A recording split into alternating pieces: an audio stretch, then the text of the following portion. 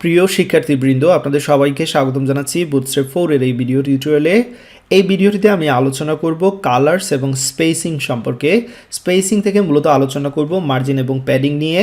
প্রথমেই আমি আপনাদের কালার সম্পর্কে ধারণা দিচ্ছি, তারপর মার্জিন এবং প্যাডিং সম্পর্কে ধারণা দেব। লক্ষ্য রাখবেন, বুটস্ট্র্যাপের কিছু নিজস্ব ক্লাস রয়েছে যেগুলোর সাহায্যে খুব সহজেই যে কোনো এলিমেন্টের উপর কালার অ্যাপ্লাই করা যায়। তো এখানে কয়েকটি ক্লাসের নাম আপনারা দেখতে পাচ্ছেন বাম দিকে: primary, success, info, warning, danger, secondary, white, dark, light. এবং লক্ষ্য রাখবেন, আমি এখানে ব্র্যাকেটের মধ্যে কালারগুলোর নাম লিখে রেখেছি। দ্যাট মিনস যখনই আপনি প্রাইমারি ক্লাস ব্যবহার করবেন সেটা মূলত ব্লু কালার আপনাকে দিতে সাহায্য করবে। সাকসেসের মাধ্যমে আপনি গ্রিন কালার অ্যাপ্লাই করতে পারবেন।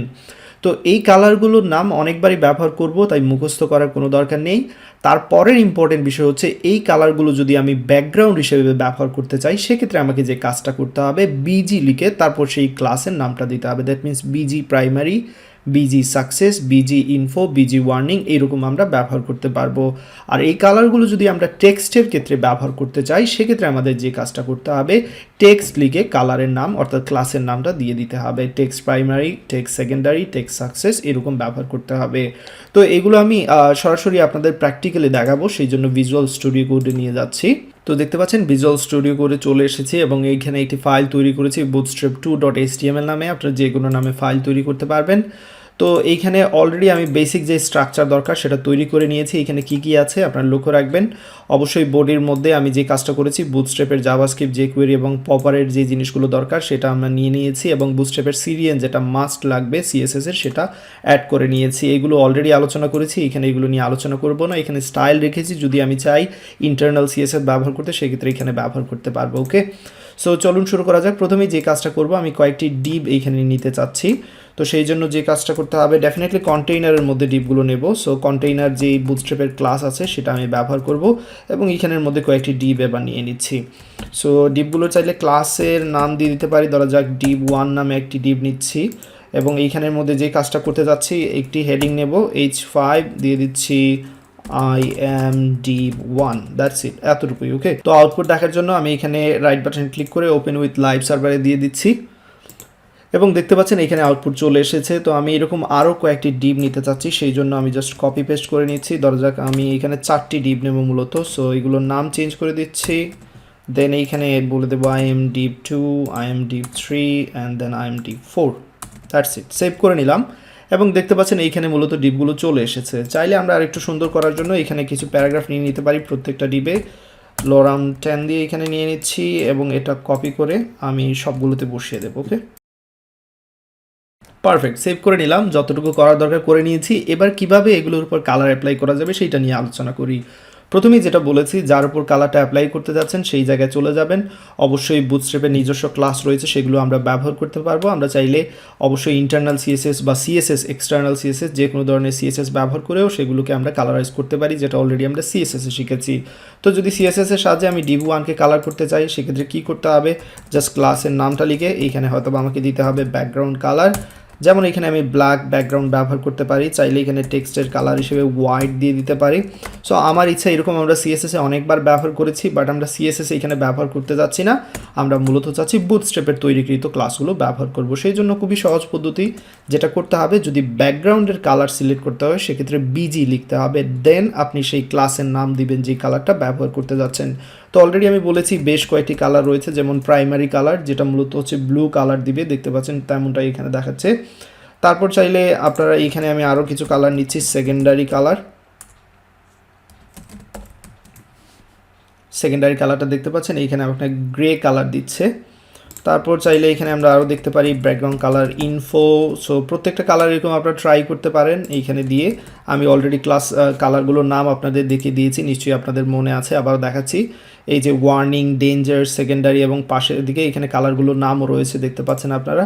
সো আপনাদের ইচ্ছা মতো সবগুলো কালার এখান থেকে ট্রাই করে নেবেন, সেটাই হচ্ছে বেটার অপশন এইখান থেকে। ওকে, তো যাই হোক, কীভাবে ব্যাকগ্রাউন্ড কালার সেট করতে সেটা শিখে নিলেন। আপনারা চাইলে টেক্সটের কালারও চেঞ্জ করতে পারবেন এবং সেই জন্য আমি বলেছি যে কাজটা করতে হবে, আপনি যেই জায়গায় চাচ্ছেন টেক্সটের কালার চেঞ্জ হবে সেই জায়গায় গিয়ে আপনাকে ক্লাসটা ব্যবহার করতে হবে। টেক্সট লিখে দেন কালারের নামটা দিয়ে দিতে হবে। তো আমি ধরা যাক এখানে দিচ্ছি text dark, that means dark যে কালারটা আছে সেটা এখানে অ্যাপ্লাই করা হয়ে যাবে। এইখানে যদি টেক্সট হোয়াইট বা লাইট দেই সেক্ষেত্রে এইখানে দেখতে পাচ্ছেন কালার, টেক্সটের কালারটা মূলত চেঞ্জ করা হয়ে গেছে। তো আপনি যেই জায়গায় চাচ্ছেন ঠিক সেই জায়গায় আসলে মূলত এখানে এই জিনিসগুলো ব্যবহার করতে পারবেন। যেমন আমি চাচ্ছি শুধুমাত্র হেডিংয়ে কী করব, টেক্সটের কালারটা হোয়াইট করতে চাচ্ছি, সেক্ষেত্রে হেডিংয়ে গিয়ে ক্লাস লিখবো, দেন বুটস্ট্র্যাপের ক্লাসটা ব্যবহার করব এবং এইখানে দিয়ে দিচ্ছি টেক্সট হোয়াইট। দেখতে পাচ্ছেন এখানে হেডিং মূলত কী হয়ে গেছে, হোয়াইট কালারের হয়ে গেছে। তো আশা করি কীভাবে টেক্সট কালার কিংবা ব্যাকগ্রাউন্ড কালার সেট করতে হয় সেই কালার ক্লাসগুলোর সাথে আপনারা পরিচিত হয়ে গেছেন। এ পর্যায়ে আমি আলোচনা করব মার্জিন এবং প্যাডিং সম্পর্কে। তো মার্জিন প্যাডিং কীভাবে সিএসএসে ব্যবহার করতে হয় সেটা নিশ্চয়ই আপনাদের মনে আছে, তারপর আবার মনে করিয়ে দিচ্ছি। ধরা যাক আমি ডিপ 1-এ কী করব, আমি প্যাডিং অ্যাড করতে চাচ্ছি, সেক্ষেত্রে আমাকে যে কাজটা করতে হবে সিএসএসে নর্মালি আমরা যেটা করে থাকি এরকম প্যাডিং যেই প্রপার্টি আছে সেইখানে আমরা প্যাডিং প্রপার্টি ব্যবহার করে একটা ভ্যালু বসিয়ে দিই, যেমন 5 পিক্সেলের মতো ধরা যাক। তো এক্ষেত্রে কী হচ্ছে, ডিপ 1-এ আমি প্যাডিং দিচ্ছি সব দিকে 5 পিক্সেলের মতো দিচ্ছি। বুটস্ট্র্যাপে যদি আমরা প্যাডিং করতে চাই সেক্ষেত্রে আমরা প্যাডিংয়ের পরিবর্তে সাধারণত পি ব্যবহার করে থাকি। তারপর ধরা যাক আমরা প্যাডিং টপ যদি ব্যবহার করতে চাই, অবশ্যই আমরা সিএসএসে প্যাডিং টপ অনেকবার দেখেছি। এই প্যাডিং টপকে মূলত বুটস্ট্র্যাপে লেখা হয় সংক্ষেপে পিটির মাধ্যমে। সো আমি এখানে জাস্ট ক্লাসগুলোর সাথে আপনাদের পরিচয় করে দিয়েছি, তারপর এগুলো আমি প্র্যাকটিক্যালি ব্যবহার দেখাবো। তারপর আপনাদের নিশ্চয়ই মনে আছে যে আমরা প্যাডিং বটম ব্যবহার করতে পারি। এই প্যাডিং বটমকে সংক্ষেপে বুটস্ট্র্যাপে পিবি লেখা হয়।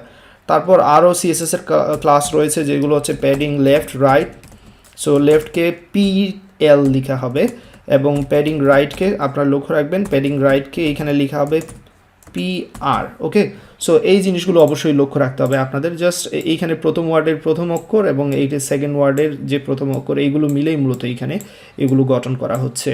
তো যেইভাবে আমরা সিএসএসে প্যাডিং দিয়েছিলাম এক্স্যাক্টলি সেম এইখানে, বাট জাস্ট আপনাদের যেটা মনে রাখতে হবে ক্লাসগুলোর নাম কিন্তু সংক্ষেপে লেখা হচ্ছে সেটা মনে রাখতে হবে।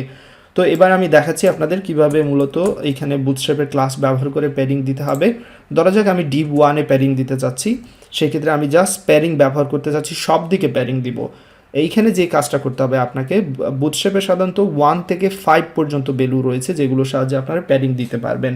তো চাইলে 0 ব্যবহার করতে পারবেন, তার মানে এখানে কোনো প্যাডিং নেই, সেটাই অ্যাপ্লাই করা হচ্ছে 0। তারপর যদি আমরা এখানে 1 দেই সেক্ষেত্রে হচ্ছে এটা হচ্ছে 0.25 হচ্ছে যেটা আরইএম যেটা বলে থাকি আমরা।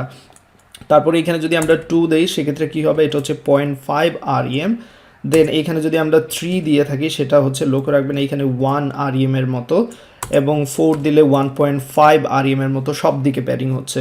দেন এইখানে যদি 5 দিই যেটা হচ্ছে ম্যাক্সিমাম ভ্যালু, সো 1 থেকে 5 পর্যন্ত আমরা কি করতে পারবো, এইখানে প্যাডিংয়ের ভ্যালু বসাতে পারবো, এবং 0 যেটা হচ্ছে আসলে কোনো প্যাডিং নেই সেটা বোঝাবে 0 দ্বারা। ওকে, সো দেখতে পাচ্ছেন এইখানে কিন্তু প্যাডিং সব দিকেই দিয়ে দিয়েছি।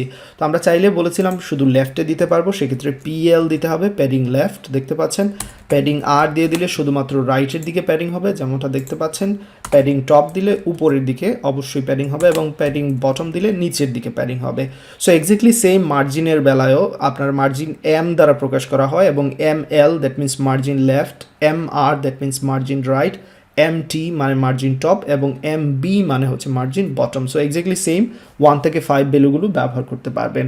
এবার আসুন সবচেয়ে ইম্পর্টেন্ট যে বিষয়টা এখানে আমি বলতে চাচ্ছি, আমি এটা আপনাদের দেখাচ্ছি। এখান থেকে আমি ধরা যাক আমি চাচ্ছি ছোটো স্ক্রিনের ক্ষেত্রে আমি প্যাডিং দিব সব দিকে 3 পিক্সেলের মতো, 3 আরইএম এর মতো, আর বড় স্ক্রিনের ক্ষেত্রে আমি চাচ্ছি সেটা হবে 5 এর মতো। সো সেই ক্ষেত্রে আমাকে যেটা করতে হবে, প্রথমেই স্মল ডিভাইসে কীরকম চাচ্ছি সেটা আমি বলে দেবো, দেন এবার লার্জ ডিভাইসে বা বড় স্ক্রিনের ক্ষেত্রে, লার্জ স্ক্রিনের ক্ষেত্রে কীভাবে চাচ্ছি সেটা বলে দেবো। সো ধরা যাক আমি লার্জ স্ক্রিনের ক্ষেত্রে চাচ্ছি সেটা 5 হয়ে যাবে। তো সেভ করে নিলাম। এবার আপনারা লক্ষ্য রাখবেন এইখানে মূলত যখনই আমি এটাকে ছোট করব, সো ছোট যখনই করতেছি তখন সব দিকে কী হচ্ছে, এখানে 3 আরইএম এর মতো এখানে প্যাডিং হচ্ছে, আর বড় স্ক্রিনের ক্ষেত্রে কি হবে সেটা বলে দিয়েছি 5 আরইএম এর মতো। সো দেখতে পাচ্ছেন বড় স্ক্রিনের ক্ষেত্রে কিন্তু এখানে প্যাডিংটা অনেক বড় হয়ে গেছে। তো এরকম আপনারা চাইলে আপনারা বিভিন্ন স্ক্রিন সাইজের উপর ভিত্তি করে প্যাডিং মার্জিন এগুলো দিতে পারবেন। তো সেই ক্ষেত্রে যেটা লক্ষ্য রাখতে হবে, প্রথমেই ছোট ডিভাইসের জন্য যে কাজটা করতে যাচ্ছেন সেটা ডিফাইন করে নেওয়া বেটার অপশন। তারপর হচ্ছে মিডিয়াম বা লার্জের জন্য কীভাবে চাচ্ছেন। এবার যদি এখানে আমি মিডিয়াম দিই সেক্ষেত্রে কী হবে, ছোট ডিভাইসের জন্য বা ছোট স্ক্রিনের জন্য যেটা হবে, এইখানে হবে 3 REM এর মতো প্যাডিং, বাট মিডিয়াম থেকে শুরু করে তার উপরে যেগুলো আছে সবার জন্য হবে 5 REM এর মতো করে প্যাডিং। সেটা হচ্ছে এখানে ইম্পর্টেন্ট বিষয়। তো লক্ষ্য রাখবেন এখানে আমি যখনই মিডিয়াম স্ক্রিনে চলে যাবে তখনই কিন্তু এখানে প্যাডিং সব দিক থেকে কী হয়ে যাবে 5 REM এর মতো, এই যে দেখতে পাচ্ছেন হয়ে গেছে। তো এই হচ্ছে এখানে পলিসি, রেসপন্সিভভাবে প্যাডিং দেয়া। তো এবার চলুন মার্জিন নিয়ে আলোচনা করি। মার্জিন নিয়ে অলরেডি আমি বলে ফেলেছি আসলে যে কাজটা করা যায়। এখানে চাইলে আমরা মার্জিন ব্যবহার করতে পারি, সেটা আমি আপনাদের দেখাচ্ছি এইদিকে। তো এখানে আমি মার্জিন যদি দেই, চাইলে মার্জিন দেওয়ার জন্য যে ক্লাসটা ব্যবহার করতে হবে সেটা নিশ্চয়ই অলরেডি আপনারা জানেন। ধরা যাক আমি এখানে এম ক্লাসটা ব্যবহার করব, যেটা মূলত মার্জিনের জন্য, এবং M3 দিচ্ছি। দ্যাট মিনস উপরে নিচে ডানে বামে সব দিকে হচ্ছে 3 REM এর মতো কী হয়ে যাবে, এখানে মার্জিন করা হয়ে যাবে। তো এখানে যদি 5 দেয় সেক্ষেত্রে 1 থেকে আপনারা নিশ্চয়ই জানেন 5 পর্যন্ত হচ্ছে ম্যাক্সিমাম ভ্যালু। সেক্ষেত্রে দেখতে পাচ্ছেন এখানে 5 REM দেওয়া মাত্র সব দিকে মার্জিন হয়ে গেছে 5 REM এর মতো। এখানে যদি আমি মার্জিন টপ দিই দ্যাট মিনস শুধু উপরের দিকে এখানে মার্জিনটা হবে, নিচের দিকে নয়, কিন্তু সেটা লক্ষ্য রাখবেন। ওকে, সো এক্স্যাক্টলি সেম এখানেও আপনার মার্জিন কন্ট্রোল করতে পারবেন। স্মল ডিভাইসের জন্য ধরা যাক আমি দিচ্ছি 2 হবে সাইজ মার্জিনের, আর মিডিয়াম বা লার্জের ক্ষেত্রে ধরা যাক আমি লার্জের ক্ষেত্রে এই ক্ষেত্রে দিচ্ছি, লার্জের ক্ষেত্রে হবে 5 এর মতো। সো সেভ করে নিলাম। ছোটো যখন আছে তখন 2 REM এর মতো এখানে গ্যাপ আছে, বাট যখনই স্ক্রিনটা বড় সাইজে চলে যাবে স্ক্রিন সাইজ তখনই এখানে REMটা দেখতে পাচ্ছেন বেড়ে গেছে মার্জিনটা মূলত। সো আশা করি মার্জিন এবং প্যাডিংয়ের ব্যবহার ভালো করেই বুঝতে পেরেছেন। এবার একটু প্র্যাকটিস করতে থাকুন, খুবই সহজ। এই ক্লাসগুলোই হচ্ছে ইম্পর্টেন্ট, আর কিছু না। প্যাডিং P দিয়ে এবং মার্জিন M দিয়ে রেসপন্সিভ কীভাবে করতে হয় সেটা শিখে নিয়েছেন। প্রথমে ডিফাইন করে নেবেন যে আসলে কিভাবে চাচ্ছেন স্মলের ক্ষেত্রে, সেটা হচ্ছে বেটার অপশন। দেন আপনি এখানে মিডিয়াম লার্জ এগুলো বলে দিয়ে বলতে পারবেন ওই সকল স্ক্রিনের ক্ষেত্রে মূলত কীরকম চাচ্ছেন। ওকে, তো এই ভিডিও এতটুকু থাকবে। সবাই ভালো থাকবেন, সুস্থ থাকবেন, প্র্যাকটিস করুন বেশি করে।